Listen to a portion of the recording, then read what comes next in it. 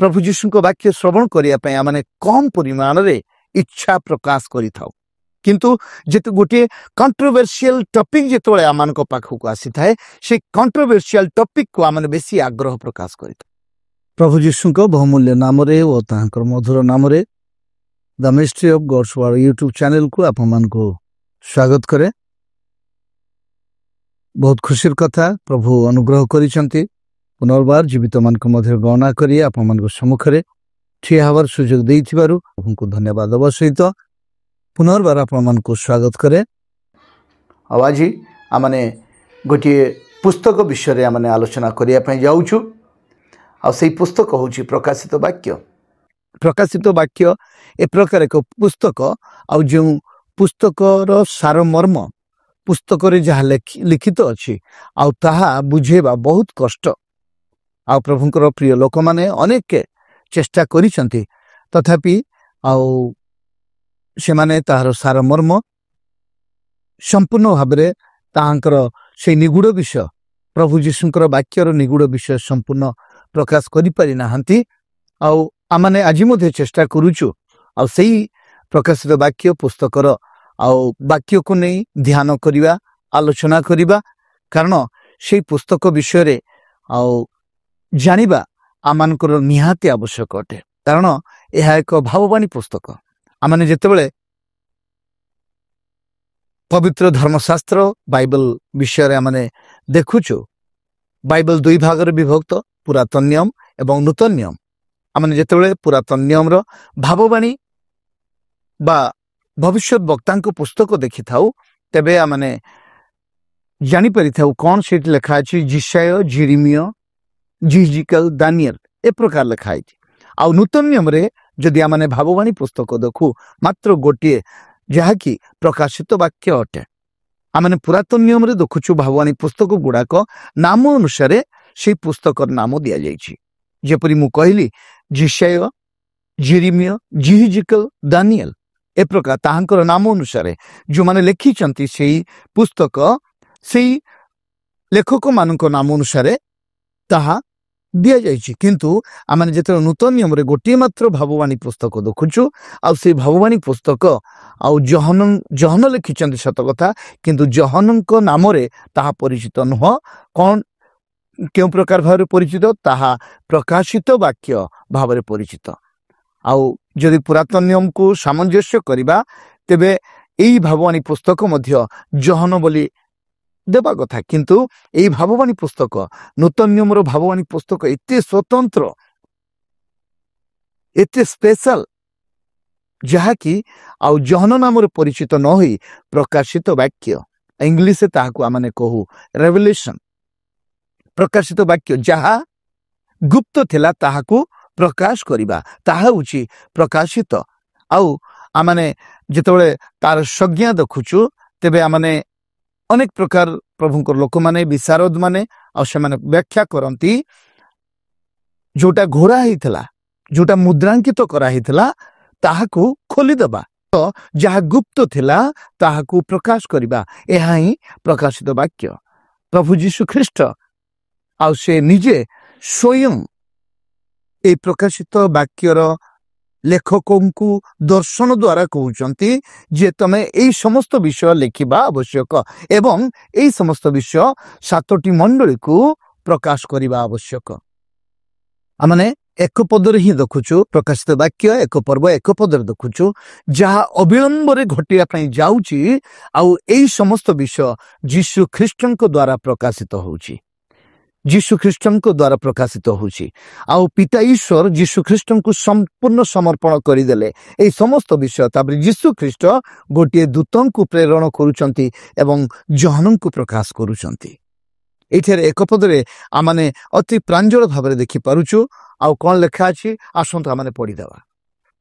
यीशु ख्रीष्टन को प्रकाशित वाक्य अविलंब रे जहा जहा अवश्य घटिबो सेही सबु से जेपरि आपणा दास मान को जणांती एथि पई ईश्वर एहा ताहांको निकट रे समर्पण कले आ से आपणा दूत प्रेरण करी निज दास जहन को एहा ज्ञात कराइले।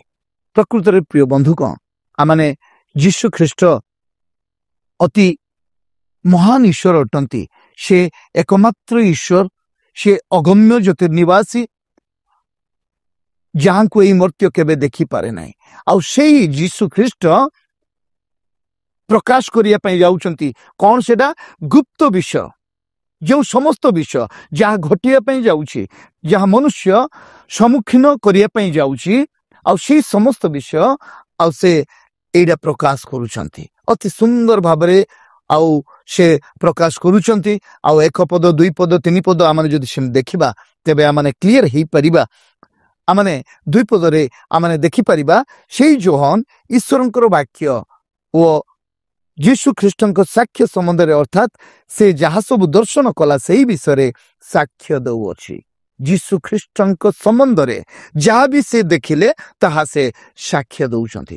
ଯୀଶୁ ଖ୍ରୀଷ୍ଟ ଯାହା କହିଲେ ତାହା ତାହାଙ୍କର ପ୍ରିୟ ଶିଷ୍ୟ ଯୋହନ ଆଉ ସେ ସାକ୍ଷ୍ୟ ପ୍ରଦାନ କରୁଛନ୍ତି। ଏଇ ଯୋହନଙ୍କ ବିଷୟ ମୁଁ ପଦେ କହିବା ପାଇଁ ଚାହେଁ।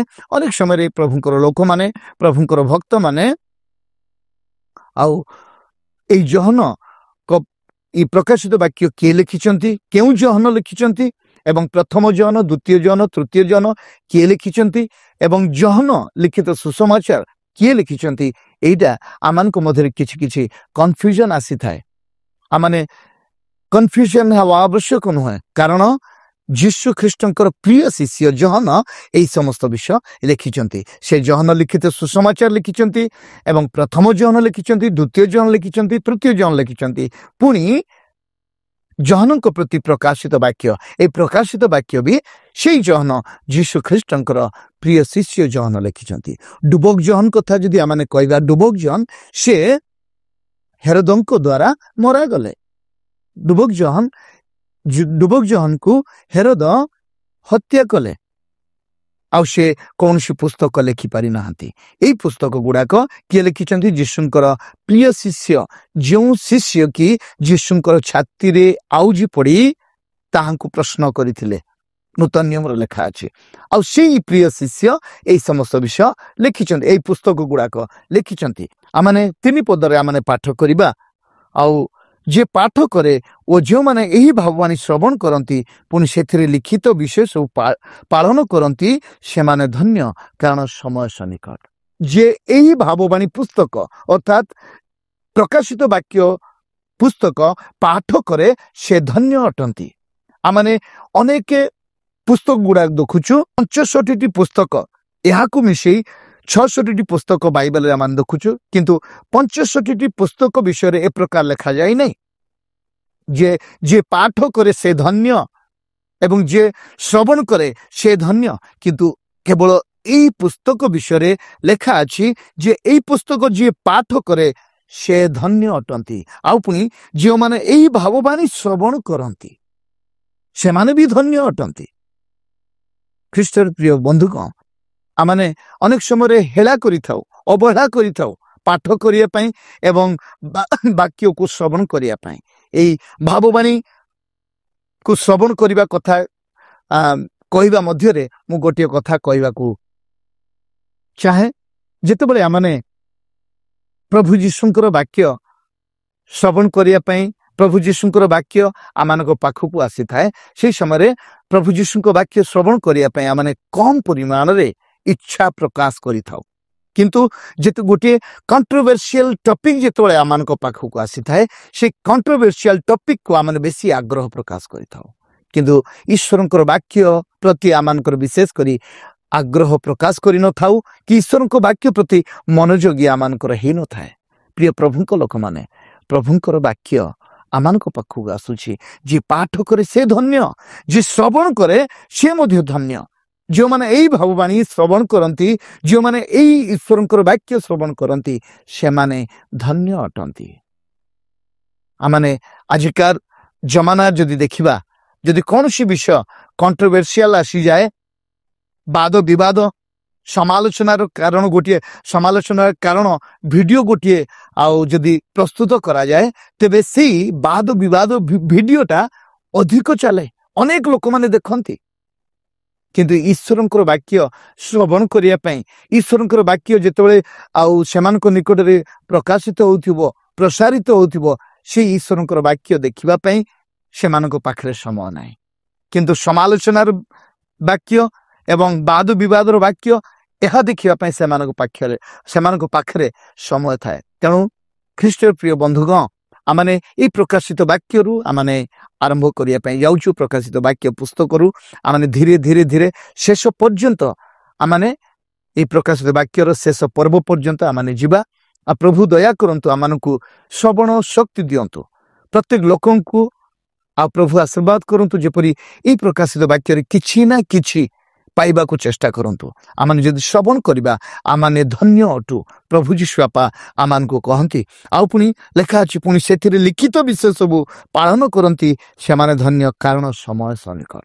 ସମୟ ସନ୍ନିକଟ ମୋର ବନ୍ଧୁଗଣ, ଖ୍ରୀଷ୍ଟର ପ୍ରିୟ ଭାଇ ଭଉଣୀ, ସମୟ ସନ୍ନିକଟ, ଆଉ ସମୟ ନାହିଁ। ଏଣୁ ପ୍ରଭୁ ଯୀଶୁ ଖ୍ରୀଷ୍ଟ ଆମମାନଙ୍କୁ ଏହି ବିଷୟ ପ୍ରକାଶ କରୁଛନ୍ତି। ସମୟ ସନ୍ନିକଟ ଅଟେ। ଯାହାଙ୍କର ଆଗମନ କରିବାର ଅଛି ସେ ଆଗମନ କରିବେ, ଆଉ ବିଳମ୍ବ କରିବେ ନାହିଁ ଆଜ୍ଞା। ଆଉ ସେଇ ବ୍ୟକ୍ତି ଆଜି ସେଇ ଈଶ୍ୱର ଆମମାନଙ୍କୁ ପ୍ରକାଶ କରୁଛନ୍ତି। ତ ଏହା ପାଠ କରନ୍ତୁ ଏବଂ ଏହା ଅନ୍ୟ ଦ୍ୱାରା ବି ଶୁଣି ଯାଆନ୍ତୁ। ଅନ୍ୟ ଲୋକ ପାଠ କରିବେ, ଆମେ ତାହା ଶ୍ରବଣ କରିବା। ଯଦି ଆମେ ପାଠ କରିପାରୁନାହୁଁ, ଯଦି ଆମେ ପାଠ ପଢ଼ି ନାହୁଁ, ଆମେ ପଢ଼ିପାରିବା ନାହିଁ, ତେବେ ଅନ୍ୟମାନଙ୍କ ଦ୍ୱାରା ନିଜ ପୁତ୍ର କନ୍ୟା ଏବଂ ନିଜର ପଡ଼ୋଶୀମାନଙ୍କ ଦ୍ୱାରା ଆମେ ଶ୍ରବଣ କରିବା ଏବଂ ଏହି ଲିଖିତ ବିଷୟ ମଧ୍ୟ ଯଦି ପାଳନ କରିବା, ତେବେ ଆମେ ଧନ୍ୟ। ପ୍ରଭୁ ଯୀଶୁ ବାପା ତାହା କହନ୍ତି। ଚାରିପଦରେ ଆମେ ଦେଖୁଛୁ, ଜହନ ଆସିଆସ୍ତ ସପ୍ତମଣ୍ଡଳୀ ନିକଟକୁ ଲେଖୁଅଛି, ଯିଏ ବର୍ତ୍ତମାନ ଭୂତ ଓ ଭବିଷ୍ୟତ ତାହାଙ୍କ ଠାରୁ ତାହାଙ୍କ ସିଂହାସନ ସମ୍ମୁଖସ୍ଥ ସପ୍ତ ଆତ୍ମାଙ୍କ ଠାରୁ ପୁଣି ବିଶ୍ୱସ୍ତ ସାକ୍ଷୀ ମୃତମାନଙ୍କ ମଧ୍ୟରୁ ପ୍ରଥମ ଜାତ ଓ ପୃଥିବୀର ରାଜମାନଙ୍କ ରାଜା ଯୀଶୁ ଖ୍ରୀଷ୍ଟଙ୍କ ଠାରୁ ଅନୁଗ୍ରହ ଓ ଶାନ୍ତି ତୁମମାନଙ୍କ ପ୍ରତି ହେଉ, ଯିଏ ଆମ୍ଭମାନଙ୍କୁ ପ୍ରେମ କରି ଆପଣା ରକ୍ତ ଦ୍ୱାରା ଆମ୍ଭମାନଙ୍କ ପାପରୁ ମୁକ୍ତ କରିଅଛନ୍ତି। ପ୍ରିୟ ପ୍ରଭୁଙ୍କ ଲୋକମାନେ, ଏଇଠାରେ ଆମେ ଦେଖିପାରୁଛୁ ପ୍ରଭୁ ଯୀଶୁ ଖ୍ରୀଷ୍ଟ କେଉଁଠାରୁ এই ସମସ୍ତ ବିଷୟ ଦର୍ଶନ ଦେଉଛନ୍ତି, এই ସମସ୍ତ ବିଷୟ ପ୍ରକାଶ କରୁଛନ୍ତି।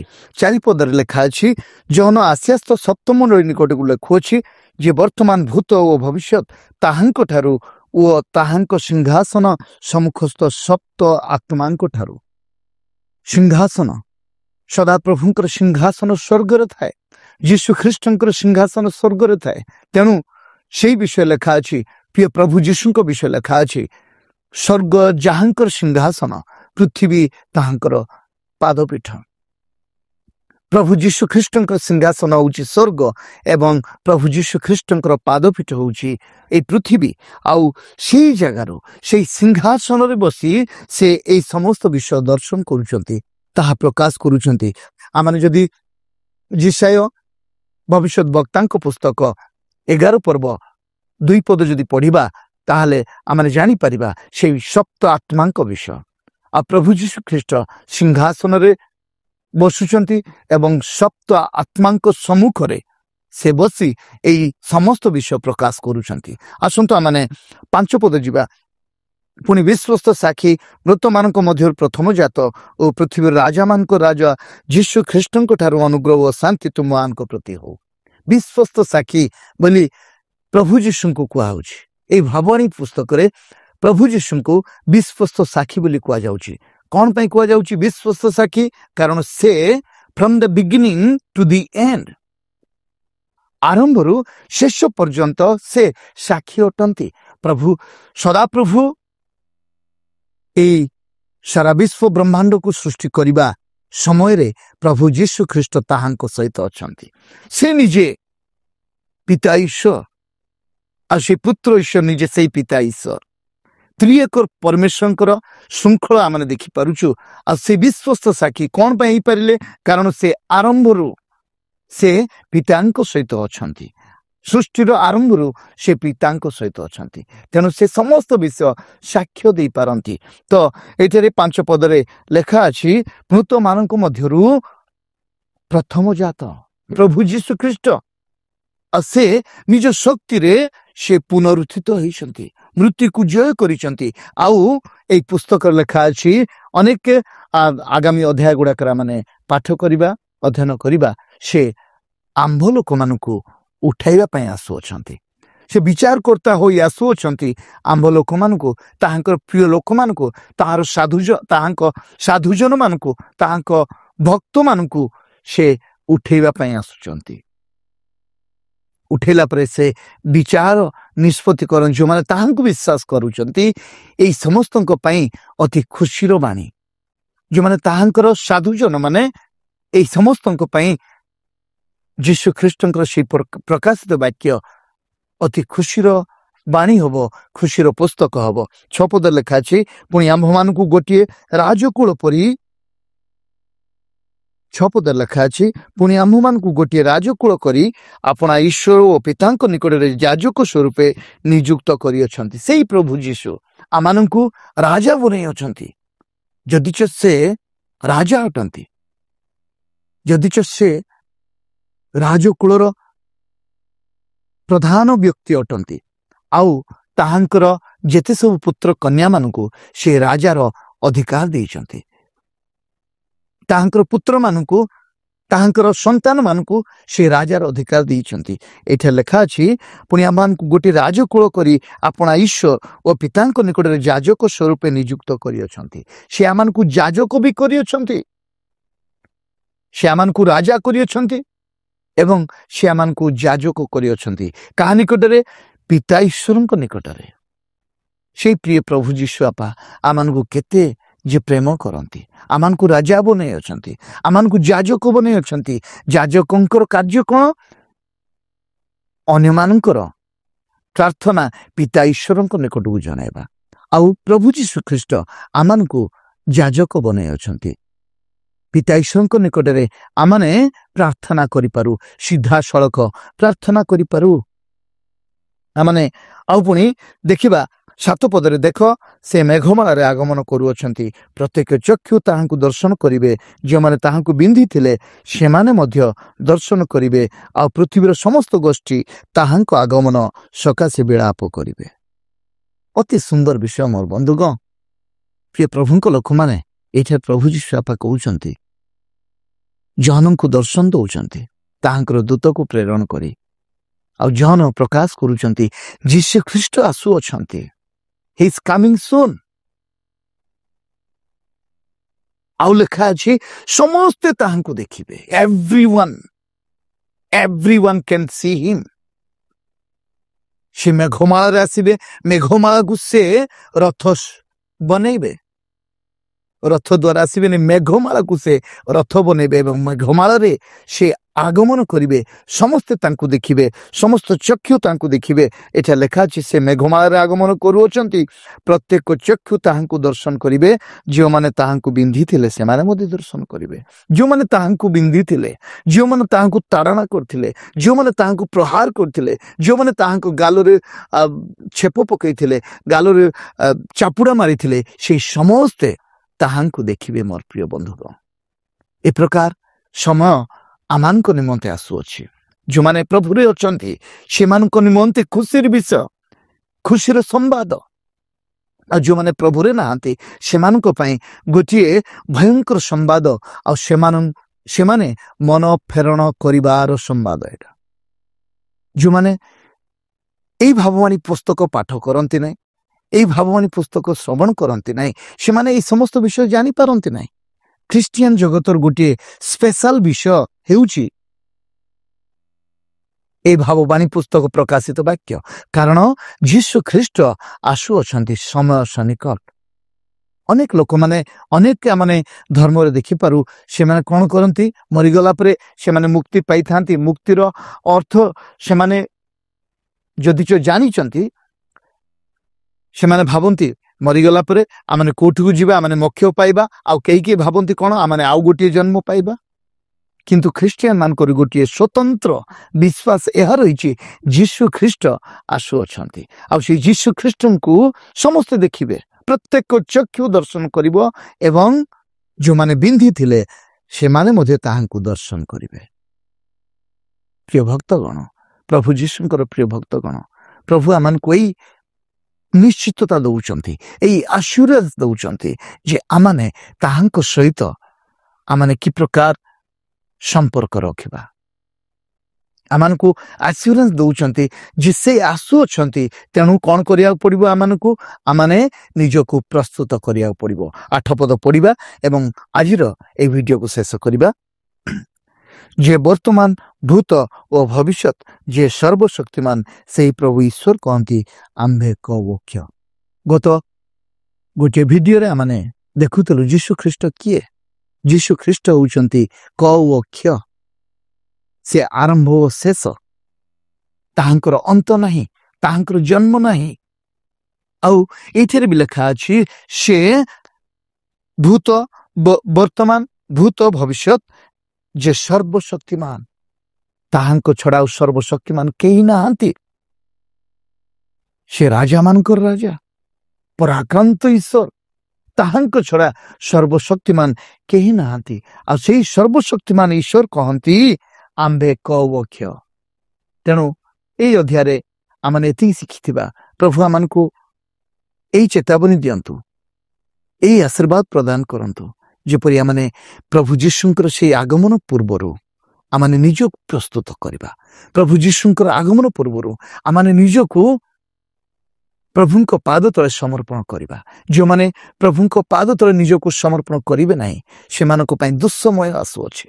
କିନ୍ତୁ ଯେଉଁମାନେ ପ୍ରଭୁ ଯୀଶୁଙ୍କ ସହିତ ସମ୍ପର୍କ ଯୋଡ଼ୁଛନ୍ତି, ପ୍ରଭୁ ଯୀଶୁଙ୍କ ସହିତ ଲାଗି ରହିଛନ୍ତି, ପ୍ରଭୁ ଯୀଶୁଙ୍କର ଏହି ଭାବବାଣୀ ପୁସ୍ତକ ପାଠ କରୁଛନ୍ତି ଏବଂ ପ୍ରଭୁ ଯୀଶୁଙ୍କର ଏହି ଭାବବାଣୀ ପୁସ୍ତକ ଶ୍ରବଣ କରୁଛନ୍ତି ଏବଂ ପାଳନ କରୁଛନ୍ତି, ସେମାନେ ଧନ୍ୟ ଅଟନ୍ତି। କାରଣ ସେମାନେ ଦ୍ୱିତୀୟ ଆଗମନରେ ପ୍ରଭୁ ଯୀଶୁଙ୍କ ସହିତ ରାଜ୍ୟ କରିବା ପାଇଁ ଯାଉଛନ୍ତି। ପ୍ରଭୁ ଆମ ପ୍ରତ୍ୟେକଙ୍କୁ ଆଶୀର୍ବାଦ କରନ୍ତୁ। ଆମେନ୍।